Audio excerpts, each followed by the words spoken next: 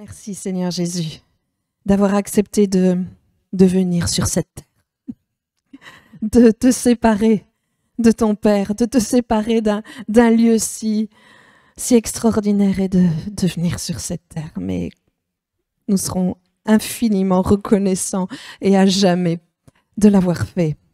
Amen. Bien. Bien, comme annoncé, je suis obligée de continuer ce que j'avais amorcé. Alors, on avait vu donc dans le message précédent qu'on a abordé, qui était sur le thème donc entendre la voix de Dieu et comment entendre ce que le Saint-Esprit veut nous dire. Et j'avais exprimé l'urgence, la nécessité dans le temps dans lequel nous vivons pour ça, et que Jésus avait tellement insisté et à plusieurs reprises sur ce fait d'écouter ce que l'Esprit veut nous dire. Et pour ce faire, on a abordé donc et analysé différents textes des évangiles, mais toujours sur la parabole du semeur. Et on a bien compris que cette parabole illustrait donc évidemment différents sols, et ça voulait dire qu'il y avait différents cœurs qui reçoivent ou non la semence, c'est-à-dire la parole de Dieu, la révélation de Dieu. Et nous avons commencé donc par le premier sol, celui qui était le long du sentier et qui représentait un cœur qui était dur, qui était damé, un cœur qui est verrouillé, inintéressé, mais que justement, pour pouvoir entendre la voix de Dieu, il fallait avoir un désir pour cela, avoir un désir et prendre une décision ferme de mettre ça en priorité. La voix de Dieu, sa recherche devait être notre désir le plus ardent, et j'avais cité donc Daniel. On doit également être prêt à entendre la vérité. Ben oui, parce que même si elle nous dérange, c'est important d'écouter la vérité de Dieu. Et la vérité exige un changement. C'est souvent là que ça coince. Donc, un cœur qui désire entendre la voix de Dieu, un cœur qui met la vérité en priorité et qui la poursuit, un cœur qui prend une décision ferme pour aller, c'est vrai, à contre-courant des tendances de ce monde et de toutes ces choses. Et cela, ça impliquait une violence spirituelle. J'avais parlé qu'on devait se faire violence et que par rapport à cette tendance du monde, à ces choses du monde, on allait devoir aller à contre-courant et que oui, parfois ça impliquerait en nous que bon, on doit se faire violence, et qu'on avait même pris les versets qui parlent de ça. Mais avant de continuer sur ce sujet, avant d'aller plus loin, je voudrais juste te dire que ce message, c'est vraiment pas pour vous condamner ou pour vous mettre sur la touche, vous disqualifier, que vous vous sentiez au travers de ça comme jugé en vous disant « Ah, tiens, ça c'est moi.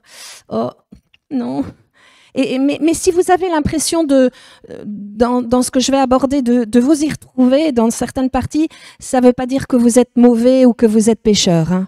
Et ça ne veut pas dire que Dieu vous rejette. Non, pas du tout. Je crois que justement, Dieu sauve son Église et le Seigneur veut nous avertir de l'état de notre cœur et il veut nous aider, nous montrer comment changer. C'est un secours pour nos cœurs. C'est comme si on avait ici pour le moment une bouée de sauvetage afin qu'on sorte de toutes ces choses qui nous coulent. Amen. Donc, après ces points abordés dans le premier message, ceci va nous demander de chercher la révélation de Dieu comme un trésor. Et dans cette même parabole de Jésus, on voit dans Matthieu 13, versets 44 à 46, que Jésus nous révèle qu'on doit chercher les valeurs de Dieu, chercher la voix de Dieu, les vérités de Dieu, comme un trésor qui est caché, comme une perle précieuse qui a une grande valeur. Et pour ça, donc, on va prendre le passage. Le royaume des cieux est encore semblable à un trésor caché dans un champ. L'homme qui l'a trouvé le cache et dans sa joie, il va vendre tout ce qu'il a et achète ce champ. Le royaume des cieux est encore semblable à un marchand qui cherche de belles perles. Il a trouvé une perle de grand prix et il est allé vendre tout ce qu'il avait et l'a achetée. Alors, est-ce que la voie de Dieu, la vérité, les valeurs du royaume sont pour vous comme un trésor, une perle précieuse, un bien de grande valeur? Je ne sais pas si vous avez déjà vu les chasseurs de trésors ou les chercheurs d'or. C'est incroyable, c'est tellement impressionnant. L'investissement qu'ils font, le prix qu'ils sont prêts à payer et à mettre même leur propre vie en danger, parce que parfois ils vont chercher dans des endroits tellement dangereux.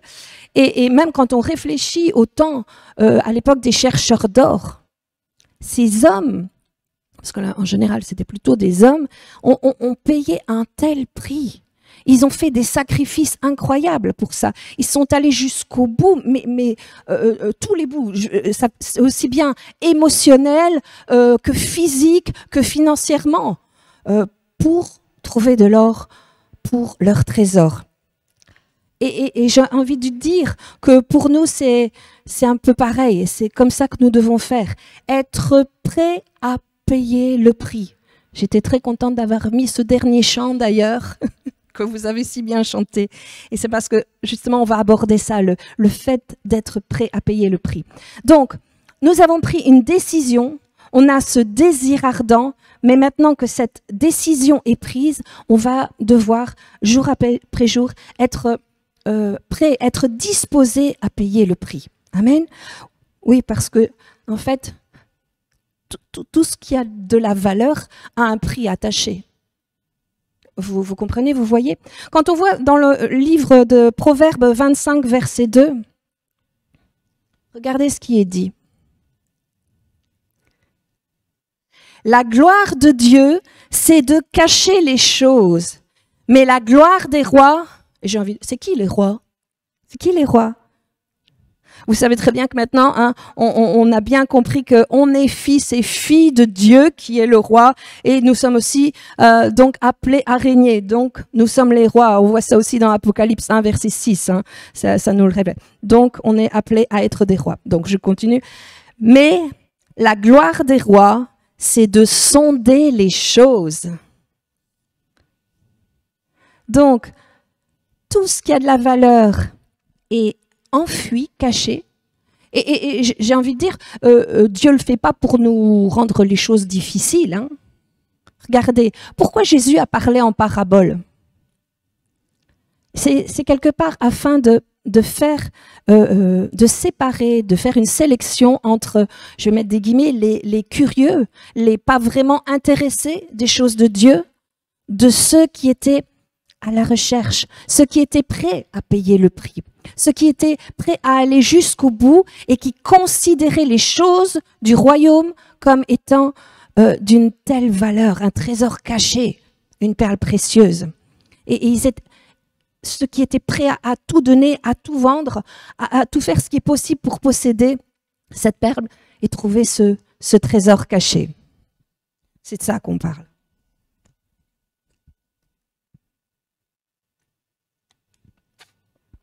Et c'est comme ça que Dieu veut que nous voyions sa parole, ses révélations.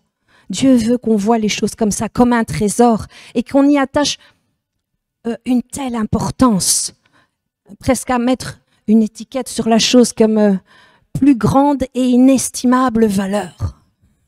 C'est une perle précieuse et je suis prêt à tous les sacrifices et à donner ma vie, à y dédier ma vie pour trouver ce trésor. C'est comme ça qu'on doit considérer les révélations de Dieu, les perles précieuses et les trésors cachés pour lesquels nous sommes prêts à tout faire, à tout payer pour les avoir, pour les obtenir. Alors, je répète, ce n'est pas Dieu qui les cache pour nous narguer, hein, ni pour nous rendre les choses difficiles. Et on voit dans Marc 4, verset 11, Jésus révèle quelque chose. C'est à vous qu'a été donné le mystère du royaume de Dieu, mais pour ceux qui sont dehors, tout se passe en parabole. En d'autres mots, pour tous ceux qui n'ont pas d'intérêt, pour tous ceux qui ne valorisent pas la parole de Dieu, la voix de Dieu, ben c'est en parabole, c'est-à-dire ils ne comprennent pas et c'est un mystère. Mais si vous le considérez comme quelque chose de précieux, quelque chose de valeur, alors vous allez creuser et aller à la recherche. C'est pour ça que dans Marc 4, toujours dans cette parabole du semeur, Jésus décrit le deuxième type de sol. Et là, ce deuxième type de sol, c'est le sol rocailleux. Il est dit, donc Marc 4, versets 5 à 6. Merci. Une autre partie tomba dans un endroit pierreux où elle n'avait pas beaucoup de terre, ou pas beaucoup de profondeur de terre, on devrait dire. Elle leva aussitôt, parce qu'elle ne trouva pas un sol profond, mais quand le soleil parut, elle fut brûlée et sécha, faute de racines. Qu'est-ce que ce verset nous révèle? On voit donc que c'est le second type de cœur. C'est le cœur qui est, j'oserais dire, en surface. Prendre les choses de façon superficielle. C'est-à-dire qu'il traite la parole de manière, oui, superficielle. Il entend un message, il se réjouit, parce qu'il est dit, oui, tout de suite, il lève, mais ça s'arrête là. Ça s'arrête là. Il est superficiel avec la parole, donc c'est en surface, et on voit que la Bible nous révèle que dans ce genre de sol, la semence ne construit pas de racines. Comme il n'y a pas de profondeur de terre, il n'y a pas de racines. Alors pourquoi il n'y a pas de racines?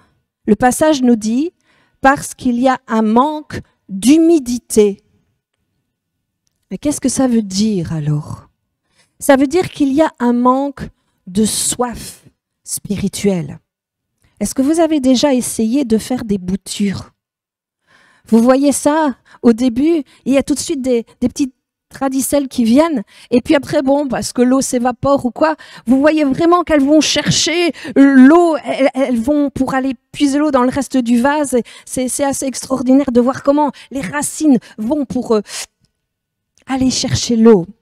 Donc, c'est ça que ça veut dire. Il y a un manque de révélation parce qu'il y a un manque de racines. Alors, vous me direz, mais comment pouvons-nous construire des racines? Et j'ai envie de développer, mais tout d'abord, qu'est-ce que c'est les racines? Les racines, c'est le système qui va profondément, donc pour aller à la recherche de l'eau. Et spirituellement, s'il n'y a pas de racines, ça veut dire qu'il n'y a pas de soif spirituelle. Vous avez un manque d'aspiration. Vous n'êtes pas à la recherche de l'eau, vous n'êtes pas disposé à creuser profondément dans la parole. Pourquoi? Parce qu'il n'y a pas de soif spirituelle. On va regarder justement dans le verset de Luc 8, verset 6, ce qu'il est dit. Une autre partie tomba sur le roc. On parle toujours du deuxième terrain, mais selon un autre évangile. Donc, une autre partie tomba sur le roc. Quand elle fut levée, elle sécha parce qu'elle n'avait point d'humidité, ou je dirais parce qu'elle n'avait point de soif spirituelle. Avoir soif. Regardez ce que dit Jean 7, verset 37, ce que Jésus dit à la foule à ce sujet. Jean 7, 37. Si quelqu'un a soif, qu'il vienne à moi et qu'il boive. Amen.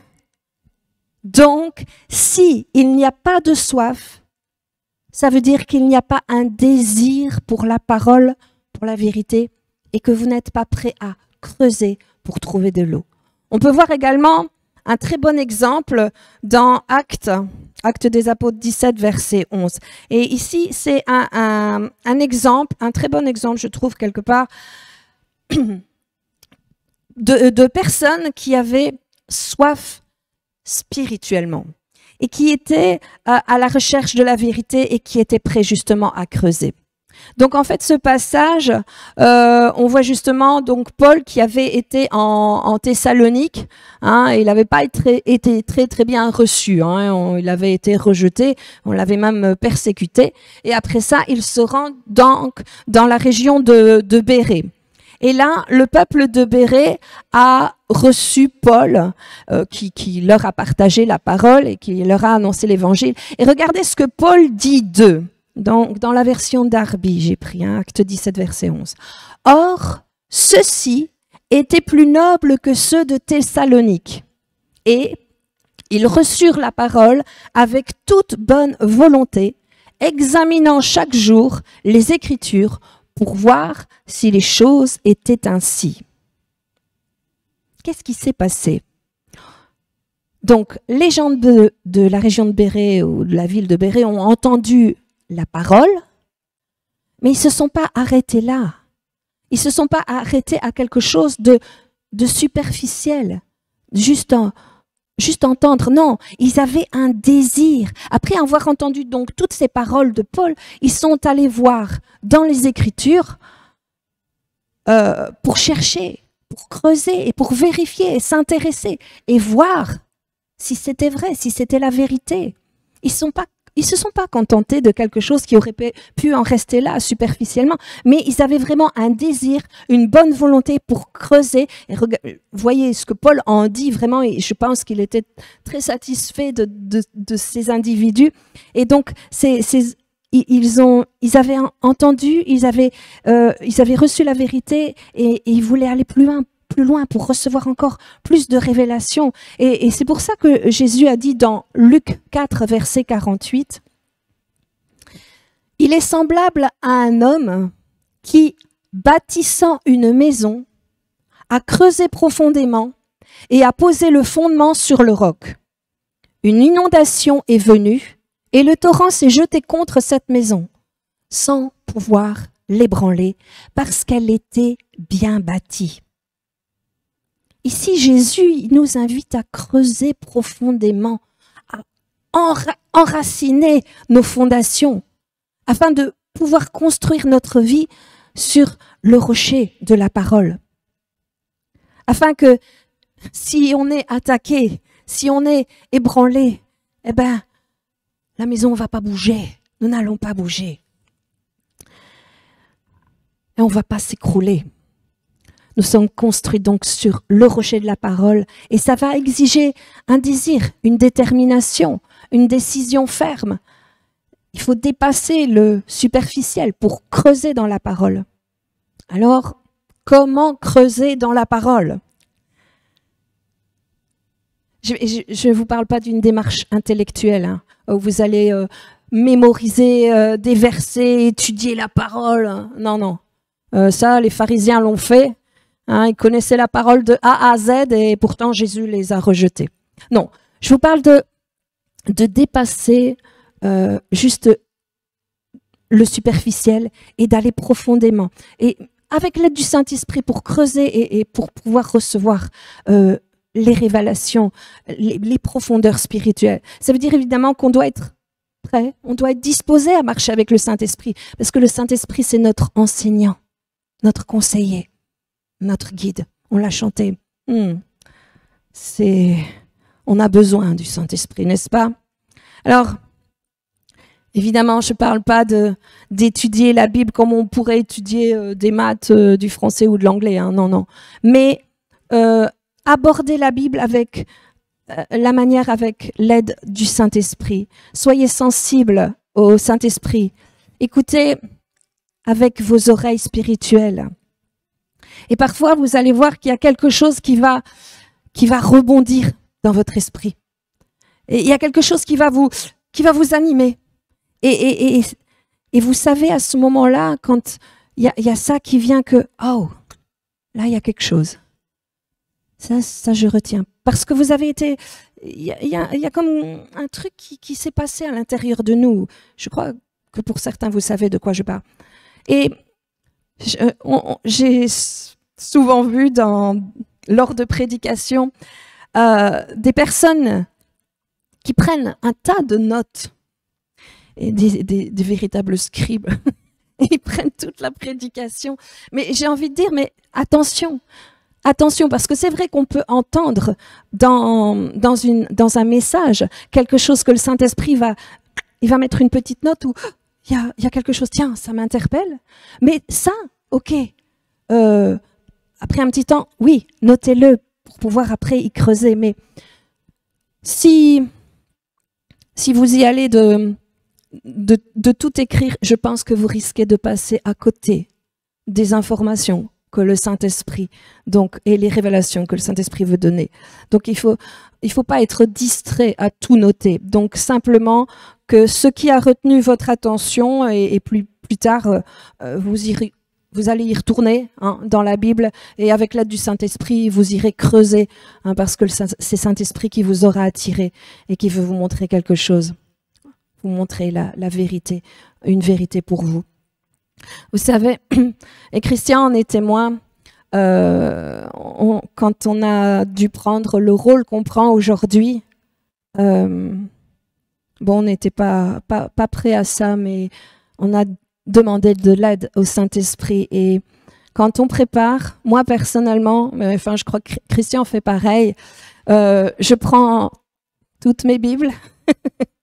Je prends un dictionnaire de synonymes, je prends un dictionnaire normal et parfois là c'est vrai que je prépare des messages, mais c'est bon de creuser.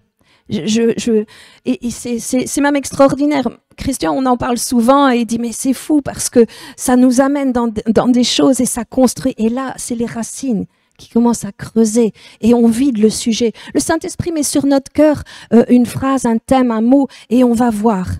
On va voir les différentes versions. Tiens, il y a quelque chose. On va voir l'origine des mots. Et puis là, on voit l'origine du mot, mais ça veut dire encore beaucoup plus. Et c'est en train de construire et on commence à comprendre tout le contexte et tout ce que le Saint-Esprit est en train d'essayer de nous révéler. Et vous savez, c'est vrai que l'Ancien Testament et le Nouveau Testament avaient été rédigés dans d'autres langues, mais j'ai déjà raconté à certains, je n'ai pas appris le grec, mais j'ai une Bible interlinéaire grec et français. Et je vous assure, je fais des découvertes extraordinaires. Et même pour la partie de l'Ancien Testament qui a été rédigée en hébreu, cette langue-là, elle est encore bien plus riche et le sens d'un mot veut dire beaucoup. Et il y a tout un enseignement. Parfois, c'est vrai, le Saint-Esprit nous donne quelque chose de bref, ça attire notre attention. Mais quand vous creusez, je vous assure que ça vaut la peine. Il y a des révélations qui viennent. Donc, je vous exhorte à creuser. Quand il y a quelque chose qui vous interpelle par le Saint-Esprit, faites une recherche. Pas simplement, c'est bien de lire la parole, mais allez au-delà, priez dessus, dis Saint-Esprit, qu'est-ce que tu veux me dire? Et je crois que tout le monde est équipé ou d'un ordi ou d'une tablette ou d'un téléphone. Et aujourd'hui, vous avez beaucoup d'applications bibliques qui sont gratuites. Donc, si vous avez déjà envie de voir par rapport à une autre version des choses, c'est déjà parfois, il y a des versions qui sont plus explicites que d'autres.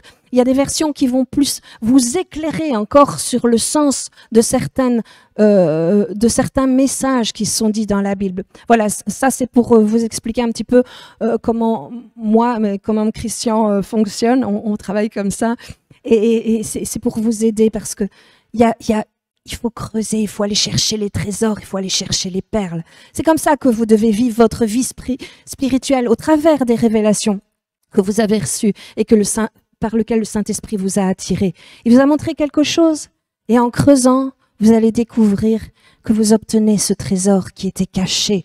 Et c'est là que vous obtenez ces révélations que Dieu veut que vous entendiez. Et ainsi, vous allez développer une sensibilité. Et vous apprenez à écouter et ensuite à découvrir ce que le Saint-Esprit veut que vous entendiez. Amen.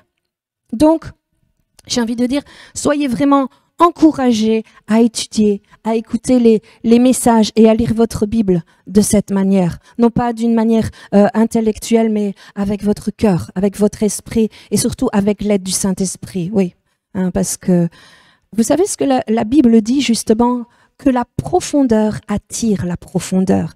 Donc, lorsque vous ressentez un éveil, un sursaut dans votre esprit, dans votre être, Et vous savez que c'est le Saint-Esprit qui attire votre attention pour que vous alliez creuser, aller chercher le trésor, la révélation de Dieu pour vous. Donc, soyez attentifs. J'oserais dire que ça me fait un petit peu penser, je ne sais pas si vous avez déjà vu ce genre de personnes qui sondent les plages.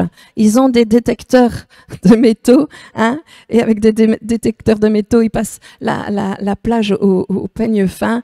Et lorsqu'ils s'approchent de quelque chose qui est enfoui, ben ça fait pip, pip, pip, pip, pip, pip, pip, de plus en plus. Eh ben, j'oserais dire que c'est un petit peu ça que le Saint-Esprit va faire. Lorsque vous entendez un message, ou que vous lisez votre Bible, ou que vous regardez quelque chose, le Saint-Esprit, il va dans votre esprit vous donner comme un signal à l'intérieur de vous. Vous savez pas l'expliquer, mais à ce moment-là, vous savez qu'il y a quelque chose de spécial. Eh bien, c'est un petit peu le pip, pip, pip, pip, pip, pip qui attire votre attention pour que vous creusiez. Parce que c'est là que le trésor vous dit, le Saint-Esprit vous dit, hey, allez là, creuse. Il y a un trésor caché que j'ai envie de te révéler. Amen. Alors, je voudrais dire justement, la fois précédente, j'ai parlé que Dieu peut nous parler de plein de manières. Et il peut prendre plein de solutions pour nous interpeller, nous parler, nous donner une révélation. Et j'ai parlé notamment au travers des médias, mais je voulais vous mettre un petit peu, vous dire de faire attention en fait. Parce que c'est vrai qu'on peut parfois trouver des bonnes choses et même des révélations, mais j'ai envie de vous dire, passez pas des heures à regarder, à scroller, à surfer, parce que ça va vous distraire et vous faire perdre votre temps, votre énergie. Et fatiguer même votre cerveau. Et pour certains, attention, parce que l'addiction, ça vient très vite. Hein. Même sur des sites chrétiens. J'ai envie de dire que ça peut, il y a des bonnes choses, mais ça peut vous éloigner de l'objectif et vous voler votre temps précieux avec Dieu dans la parole. Donc, moi, j'ai envie de vous dire que quand vous regardez, je ne dis pas non, mais je crois qu'il faut prendre ce qui vous encourage, mais ne passez pas des heures dessus en espérant avoir plus. J'ai déjà vu ça. Bon, il y a plein de choses sur de petites interventions chrétiennes. Il y a des choses qui font du bien. Alors, on en voit une et on reçoit. Oui, on est animé, on s'est dit, waouh, ça me fait du bien. Et au lieu de creuser cette chose dans la parole, non, on continue de creuser dans le média et de scroller en espérant qu'on ait plus. Mais non, vous allez perdre ce que, justement, là, le Saint-Esprit vous a interpellé. Il y a une petite chose, il faut creuser auprès de Dieu dans la parole. Donc, je voudrais vraiment vous dire de faire attention et ce sont des choses qu'il faut utiliser avec sagesse et à bon escient. Hein. Prenez ce qui vous encourage, mais n'y passez pas des heures hein, là-dessus en espérant qu'il y ait plus. Hein. Vous risquez de passer à côté de la recherche que vous devez faire et là où vous devez creuser. Vous savez, si vous perdez votre temps qui est précieux sur ce genre de choses, vous n'allez pas faire ce que vous devriez normalement ou véritablement faire et être sensible à la parole de Dieu. Hein, je sais qu'on n'a pas tous la même disponibilité de temps pour aller dans la parole, mais j'ai envie de dire, vous savez, Dieu connaît notre emploi du temps à chacun. Et si jamais vous perdez du temps à vous distraire, ben il faut être sage avec notre emploi du temps et on ne peut pas avoir d'excuses auprès de Dieu. Hein. Si vous passez 4 heures devant la télé ou l'ordi ou la tablette, ça ne va pas le faire. Donc, je sais qu'il y en a qui ont un emploi du temps chargé, qui ont très peu de temps, mais le peu de temps que vous avez à offrir à Dieu pour lui parler ou pour lire sa parole, mais il y a des choses extraordinaires dans le domaine spirituel, c'est que Dieu peut multiplier ce temps. Parce qu'il voit votre cœur. Le fait de dire, bon, ben, c'est vrai, j'ai pas un créneau, j'ai beaucoup de temps, j'ai un petit quart d'heure, mais je me mets à part, je veux le prendre pour Dieu, je veux creuser. Et là, Dieu multiplie le temps de façon extraordinaire. Il va donner des révélations, les choses vont être peut-être plus concentrées par rapport à une personne qui aura plus de temps. Vous comprenez ce que je veux dire? Mais l'important, c'est de prendre, même si c'est un peu de temps que vous avez, vous allez recevoir des perles, vous allez recevoir des révélations et découvrir bien des choses. Mais si vous le donnez à Dieu, donc ne soyons pas distraits, mais ayons de la sagesse et offrons à Dieu notre temps pour creuser afin que nous ayons les trésors qui sont pour nous. Bien. Donc nous avons vu, premièrement, que la nécessité d'avoir un désir ardent et une décision ferme. Ensuite, donc je vous ai parlé d'être prêt à payer le prix et que pour les choses précieuses, il faut creuser et nous devons être disposés à creuser profondément. Et troisièmement, et pour ça, nous allons regarder donc toujours dans le deuxième type de sol ou de cœur qui n'arrive pas à avoir cette oreille sensible. Alors, nous allons parler d'un cœur qui est disposé à passer le test. Ah, mais de quoi est-ce que tu nous parles, Agathe? Alors, dès que vous recevez la parole ou une révélation, il va y avoir un test. Il va y avoir une confrontation. Regardez ce que la Bible dit et nous montre dans Matthieu 13, verset 21.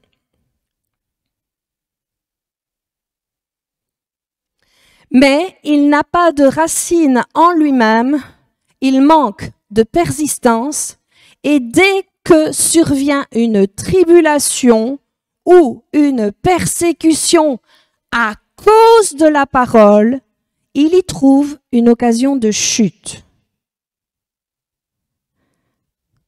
Donc ici, ça parle bien du deuxième terrain, du deuxième sol, cœur. Cela parle d'un terrain rocailleux. Et ici, on doit marquer notre attention. Vous avez remarqué qu'il est dit que le sol rocailleux, donc avec des pierres, c'est un sol, donc un cœur qui entend la parole, mais il est dit qu'à cause de la parole, immédiatement, il va y avoir des tribulations, de la pression, des persécutions. Et si cette personne n'a pas été profondément donc dans la parole et qu'elle reste dans quelque chose de superficiel, eh bien, à cause des rochers et des cailloux, elle va trouver une occasion de chute et elle ne va pas produire du fruit. Alors, remarquons premièrement qu'il va y avoir un combat immédiat. Après qu'on ait reçu donc la parole, la révélation, dès que vous avez pris cette décision, dès que vous commencez à aller à la recherche, dès que vous entendez la parole ou que vous recevez une révélation, qu'est-ce qui se passe? Immédiatement, l'ennemi va venir vous attaquer, va attaquer cette parole, attaquer cette nouvelle révélation, et il le fait au travers d'attaques ou au travers de persécutions. On va prendre dans Hébreux 10, verset 32, dans la version Darby.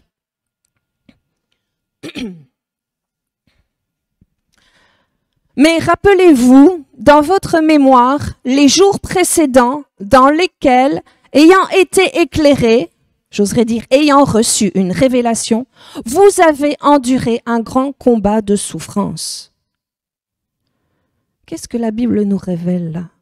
C'est que dès que vous recevez une révélation et que Dieu vous parle, que Dieu vous guide, qu'est-ce qui se passe? Immédiatement, je pourrais dire, l'ennemi va se déchaîner et il va envoyer ou une attaque ou une persécution. Je vais vous donner un petit exemple. Vous avez entendu un message sur la foi ou un message sur la guérison divine. Comme quoi, c'est jamais la volonté de Dieu pour nous que nous soyons malades. Et dans ce message, vous avez reçu une révélation. Et par rapport à ça, et du coup, vous êtes fortifié, vous êtes fort de ça, et vous êtes encouragé, vous êtes content, et vous dites, waouh, ça c'est fort, ça. Et puis, tout d'un coup, bim, symptômes. On a mal par-ci, on a mal par-là, je suis pas bien. Immédiatement, vous êtes attaqué dans votre corps. Qu'est-ce que c'est? C'est l'ennemi qui dit, non, non, non. À cause de la parole, elle a reçu une révélation et je suis sur le point de perdre ma domination et mon influence sur sa vie. Alors immédiatement, paf, il vous en met plein la patate, il attaque et la maladie et les douleurs arrivent. À ce moment-là, la Bible nous dit que si nous manquons de profondeur et de racines, qu'est-ce qui va se passer? Et si, comme Jésus l'explique, nous n'avons pas fondé notre vie et creusé profondément, nous allons être, comme il est dit, nous allons trouver une occasion de chute. Un autre exemple, parce que ce sont des choses, vous allez voir, ça sent le vécu. Vous avez reçu une révélation par rapport à la guérison. Dieu vous a parlé, vous avez vraiment saisi quelque chose, et fort de ça, vous partagez ça avec d'autres personnes qui, elles, n'ont pas la foi et qui n'ont pas reçu cette révélation. Et qu'est-ce qu'ils font? Ils vont vous asséner plein de versets hors contexte pour démolir ce que vous avez reçu. Alors là, vous avez l'impression tout d'un coup d'être complètement incompris. Vous vous sentez même jugé, on vous regarde de travers et vous vous sentez persécuté par ces personnes. Vous êtes comme mis à l'écart. L'illustration vous parle? Et vous remarquez ce qui est écrit dans Matthieu 13, verset 21. Une tribulation ou une persécution à cause de la parole. Donc, à cause de la parole ou d'une révélation, une tribulation ou une persécution va venir. Et qu'est-ce que ça va faire? Vous y trouverez une occasion de chute. Et qu'est-ce que c'est une occasion de chute? Une occasion de chute, le mot chute en grec, c'est le mot scandalizo. Ça vient de scandalon. Vous me direz, ah ça, Agathe, ça m'aide pas. Mais dans certains versets, il est écrit, ils seront scandalisés. Alors, qu'est-ce que ça veut dire, une occasion de chute ou scandalisé? Donc, j'ai dit qu'il y avait donc l'origine de le mot scandalon. Et le mot scandalon, ça parle d'un bâton qui est mobile, qui est attaché à un piège dont on se sert pour capturer. Donc, scandalon, c'est le déclencheur d'un piège, généralement qui était en bois, sur lequel on plaçait un appât. Et lorsque l'appât était pris par un animal, le piège était déclenché. Lorsqu'un animal sans méfiance, comme un animal sans méfiance, on mord à certains types d'appâts, eh bien, nous sommes pris au piège et nous nous retrouvons souvent dans une situation, une occasion de chute. Vous entrevoyez le rapport? Donc, de la même manière, Jésus nous montrait que lorsque l'on reçoit une nouvelle révélation, nous devons être avertis. Nous devons être en alerte, sachant que dès que nous recevons une parole, une révélation, et que celle-ci nous fait du bien, que c'est en train de nous fortifier, de nous éclairer, on doit savoir qu'à cause de cette parole, immédiatement, l'ennemi va venir avec une attaque. Et si vous avez reçu quelque chose sur la guérison, paf, comme par hasard, il va amener la maladie. Et si vous avez reçu quelque chose sur la foi, ce sera encore autre chose. Et si c'est quelque chose par rapport aux finances, boum, vous perdez votre travail. Bref, enfin, il y a toutes sortes de scénarios possibles, n'est-ce pas, hein, de l'imagination. Satan n'en manque pas quand il est question de nous faire du mal.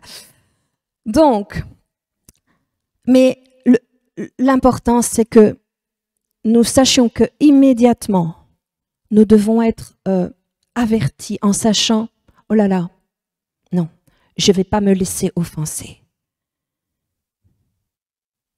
Réagissez. Et vous vous dites, mais pourquoi être offensé? Je vous explique. Quand vous recevez une nouvelle révélation, peut-être, on va prendre le thème de la guérison, ça me parle, et que tout d'un coup, vous avez donc des symptômes, des douleurs, et que vous vous dites, non, non, c'est bon, je vais tenir, je vais déclarer, et puis ça marche pas. Et vous avez mal. Et pour une raison ou pour une autre, vous n'êtes pas guéri. Qu'est-ce qui se passe? Ben, la plupart du temps, les gens, ils vont immédiatement être offensés avec Dieu. Dieu, pourquoi tu m'as pas guéri? Dieu, pourquoi ça n'a pas marché? Moi, mais je t'ai cru, j'ai écouté ta parole, j'ai cru en ta parole, en ta révélation, et ça n'a pas fonctionné. Et ils sont presque à croire que c'est Dieu qui les a laissés tomber. Quand en réalité, c'est pas la parole qui ne marche pas. C'est que c'est nous qui n'avons pas marché selon la parole. C'est comme s'il y avait un court-circuit, un faux contact qui se fait. Et ça vient pas d'en haut, ça vient d'ici. Donc, retenez que c'est parce que vous avez reçu une révélation que tout se déchaîne. Ne soyez pas étonnés, ne soyez pas détruits. J'ai juste envie de vous dire, tenez bon, ne lâchez pas prise, continuez, persistez. Regardez encore dans Marc 4, verset 17. Et là, j'ai envie de vous lire ce qui est donné dans la version amplifiée, parce que parfois les mots sont amplifiés. Et ils n'ont pas de racines réelles en eux-mêmes, et ainsi ils durent très peu de temps. Puis, quand des problèmes ou des persécutions surviennent à cause de la parole, ils sont immédiatement offensés. Ils deviennent mécontents, indignés, irrités, et ils trébuchent et tombent. Si vous recevez une révélation et que, apparemment pour une raison ou une autre, ça ne marche pas, il est facile de devenir mécontent, irrité, indigné et d'être offensé.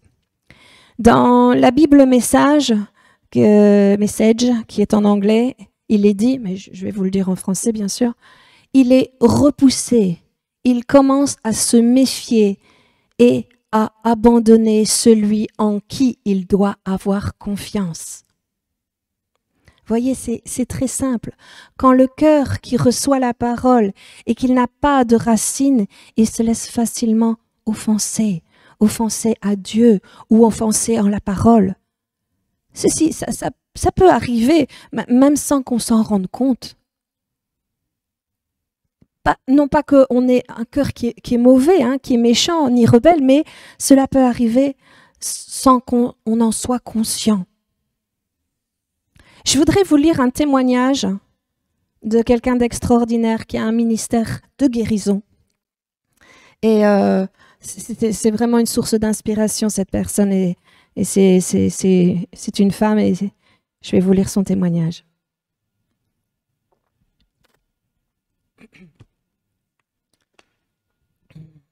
Jeune converti, je fus conduit par le Saint-Esprit pour faire une école biblique aux États-Unis. Durant les cours, dans l'éditorium, se trouvait devant moi une jeune femme paraplégique en chaise roulante. Elle était d'une grande gentillesse et chaque fois que je la voyais, mon cœur se serrait et était plein de compassion. Je disais à Dieu, mais Seigneur, on entend toutes ces paroles, toutes ces histoires sur la guérison et ton amour. Alors, pourquoi est-ce qu'elle n'est pas guérie? Et de tout mon cœur, je voulais la voir guérie. Une nuit, je fis un rêve où je la vis sortir de sa chaise roulante et marcher. À mon réveil, je me suis dit, « Waouh, Seigneur, c'est super, tu vas la guérir, alléluia !» Et le dimanche qui suivit, étant à l'église, et alors que j'étais dans un temps d'intimité et d'adoration avec Dieu, je reçus une vision. Je me voyais prier pour cette femme, et elle se levait de sa chaise roulante. À cet instant, je compris ce que le Seigneur me montrait. Il me révélait que, oui, elle pouvait être guérie et c'était moi qui allais prier pour elle. Le lendemain, retournant à l'école biblique, porté par cette conviction et cette foi que Dieu allait faire ce miracle pour cette femme, je la vis dans l'auditorium et j'allais directement vers elle et lui partager ce que Dieu avait mis sur mon cœur, le rêve, la vision et mon désir de prier pour elle. Afin de ne pas être dérangée et éviter les curieux, Je l'emmena dans sa chaise roulante à l'écart, au fond de l'auditorium pour prier. Et alors que je priais pour elle, dans le nom de Jésus, je sentis la gloire de Dieu. Elle m'environnait et c'était comme si j'étais tombée dans un nuage. Tout ce qui était autour de moi avait disparu et il ne restait qu'elle et moi. C'était la seule chose que je voyais. Cette présence était tellement forte, cette nuée de gloire était si palpable et je lui ai dit « Vas-y, lève-toi au nom de Jésus » et je l'encourageais. Elle s'efforçait d'essayer de sortir de sa chaise et dans ses efforts me disait « Je n'y arrive pas, j'essaye, je n'y arrive pas ». Je la regardais, ne sachant pas ce que je devais faire. J'étais si jeune dans mon appel. Je sais qu'aujourd'hui, je l'aurais empoignée et aidée à sortir de sa chaise roulante, mais là, je regardais et ne savais que faire parce que je m'attendais à ce que cela vienne d'elle, qu'elle le fasse. Pourtant, elle proclamait « je veux marcher, je veux être guérie ». À un moment, une pensée m'est venue. Elle me disait « Eh oh, qu'est-ce qui va se passer ? Qu'est-ce que les gens vont dire si elle n'est pas guérie? Qu'est-ce que les gens vont penser si elle n'est pas guérie ?» Je me suis donc interrogée. Oui, c'est vrai. Qu'est-ce que tout le monde va dire? Qu'est-ce qu'ils vont penser de moi si elle n'est pas guérie? Et j'acceptais cette pensée, ce mensonge du diable, la peur de l'homme. Et elle cite Proverbe 29, verset 25 qui dit « La crainte des hommes tend un piège ». Et elle dit donc « Et je suis tombée dans ce piège. » Et immédiatement, la gloire qui m'environnait a disparu. La présence de Dieu est partie. Cette présence si manifeste et palpable, c'était comme si je retombais brutalement sur terre, comme réveillée brutalement d'un rêve. Et là, je me suis retrouvée vide et je me suis dit « Bon, ça s'est pas fait. » Et j'ai abandonné. Mais au cours des jours, des mois et même des années qui ont suivi, je me suis aperçue que lorsque je priais pour les gens, malgré que je sache tout ce que dit la Bible au sujet de la guérison, et là elle cite Marc 16, verset 18, « Ils imposeront les mains aux malades et ils seront guéris », je savais que ceci faisait partie de mon appel en tant que disciple, alors je le faisais. Mais quelque part en moi, je le faisais sans une expectative, sans m'attendre à voir des résultats. Et au fin fond de mon cœur, je me disais toujours, « Seigneur, oui, je prie, mais est-ce que tu vas me laisser tomber cette fois-ci? Est-ce que tu vas être là ou me délaisser ?» Quelque part dans mon cœur, j'avais l'impression que cette femme n'avait pas été guérie parce que c'était Dieu qui m'avait lâché, que c'était Dieu qui s'était retiré et qu'il n'avait pas accompli sa parole et m'avait laissé tomber. Et sans m'en apercevoir, au cours des années, sans rancune et sans colère avec Dieu, je l'aime trop pour cela, n'étant jamais fâchée avec Dieu, mais c'était comme un découragement, un désappointement. J'avais été déçue et j'avais cette impression que Dieu m'avait abandonnée et qu'il n'avait pas agi alors qu'il m'avait commandé de faire ces choses. Inconsciemment, mon cœur était offensé avec Dieu et alors que je priais pour les gens, il n'y avait aucune expectative, il n'y avait pas vraiment la foi. Parce que, et elle cite Hébreux 11, verset 1, la foi est une ferme assurance des choses qu'on espère. Et l'espérance, c'est une attente ferme et résolue. Je priais par obéissance, par amour pour Dieu, mais je ne m'attendais pas d'une manière ferme et résolue d'avoir des résultats. Et bien plus tard, alors que j'avais grandi et marché avec Dieu, j'ai découvert la vérité et je me suis rendu compte que ce n'était pas Dieu qui m'avait laissé tomber, que cette femme n'avait pas été guérie à cause de Dieu, mais à cause de moi, parce que j'étais tombée dans le piège du mensonge et de la peur du « qu'en dira-t-on ».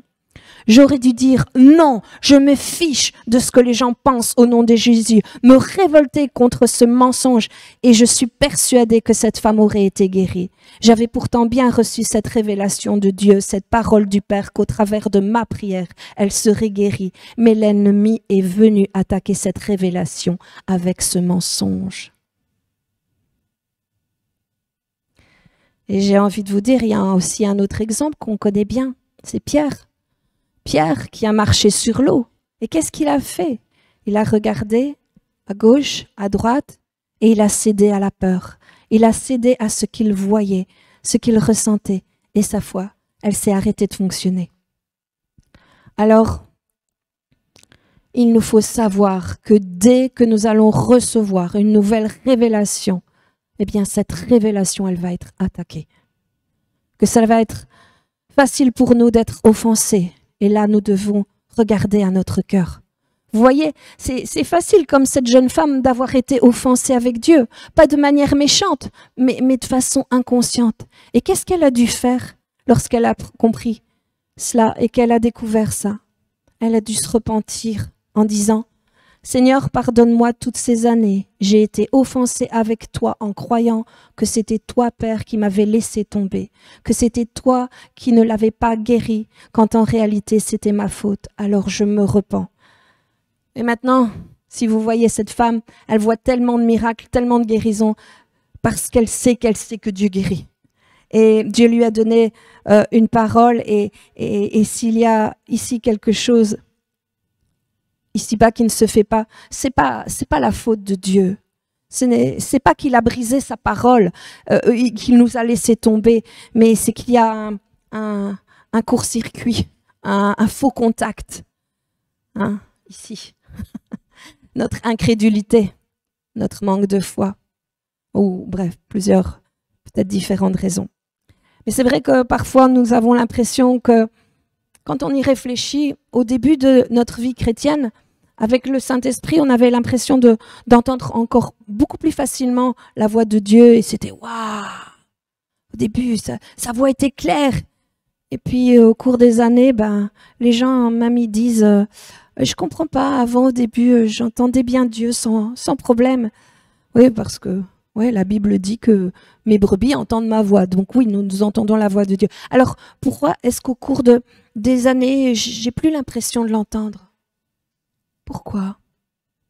Parce qu'au cours des années, sans s'en apercevoir, il y a des petits rochers, des petits cailloux, une petite offense, un petit ceci, un petit cela, conscient ou inconscient, qui s'est mis dans notre cœur et qui fait que notre cœur est devenu un peu endurci de petits rochers, de petits cailloux.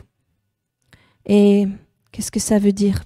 Ça veut dire qu'on doit déblayer, dégager et nettoyer notre cœur. Amen. Alors, pour conclure ce message, je voudrais encore une fois prier avec vous pour dégager nos cœurs. Et peut-être qu'au fil de ce que je viens d'apporter, vous vous êtes rendu compte que peut-être qu'il y avait des choses dans votre cœur qui ont fait que vous doutiez de Dieu, que vous avez été offensé avec Dieu ou avec des personnes ou avec la parole, que pour certains même il y a des messages que c'est plus possible, vous voulez même plus les entendre, des messages sur la guérison, sur la foi. Ça vous insupporte parce que comme si vous aviez déjà tout entendu. Mais j'ai envie de vous dire, posez-vous la question, est-ce qu'il y a une offense sur mon cœur contre certains messages, ou une personne, ou la parole, ou Dieu? Demandez au Saint-Esprit de vous révéler ce qu'il en est et on va prier. Et c'est pas pour que vous fassiez une introspection sévère sur vous, à vous décortiquer, à vous condamner. Hein. Non, demandez juste au Saint-Esprit, montre-moi. Amen. On va prier ensemble. Père, si nous avons laissé des cailloux, des pierres, des offenses, des choses qui ont encombré et endurci notre cœur, alors nous voulons nous repentir et te demander pardon, Père, pour toutes ces offenses, que ce soit contre toi, la parole ou une personne. Nous nous repentons au nom de Jésus. Pardonne-nous, Père, et nous pardonnons aux personnes qui ont induit cela. Et Seigneur, nous voulons que maintenant tu purifies notre cœur de ces choses et que tu le nettoies. Mais également purifie notre conscience de toutes ces offenses et de toutes choses qui nous handicapent, qui nous empêchent d'entendre la voix. Donne-moi une oreille sensible et un cœur qui puisse recevoir la révélation et entendre ta voix. Alors Père, nous te remercions et nous le prions au nom de Jésus. Amen. Amen. Voilà, creusez sur tout ça, méditez, et soyez encouragés par le Saint-Esprit. Je vous souhaite un bon dimanche, une bonne semaine, soyez bénis, un bon voyage. Rendez-vous donc dimanche prochain pour célébrer, c'est vrai, cette magnifique naissance de Jésus, cette venue de Jésus au milieu de nous. Soyez bénis, amen.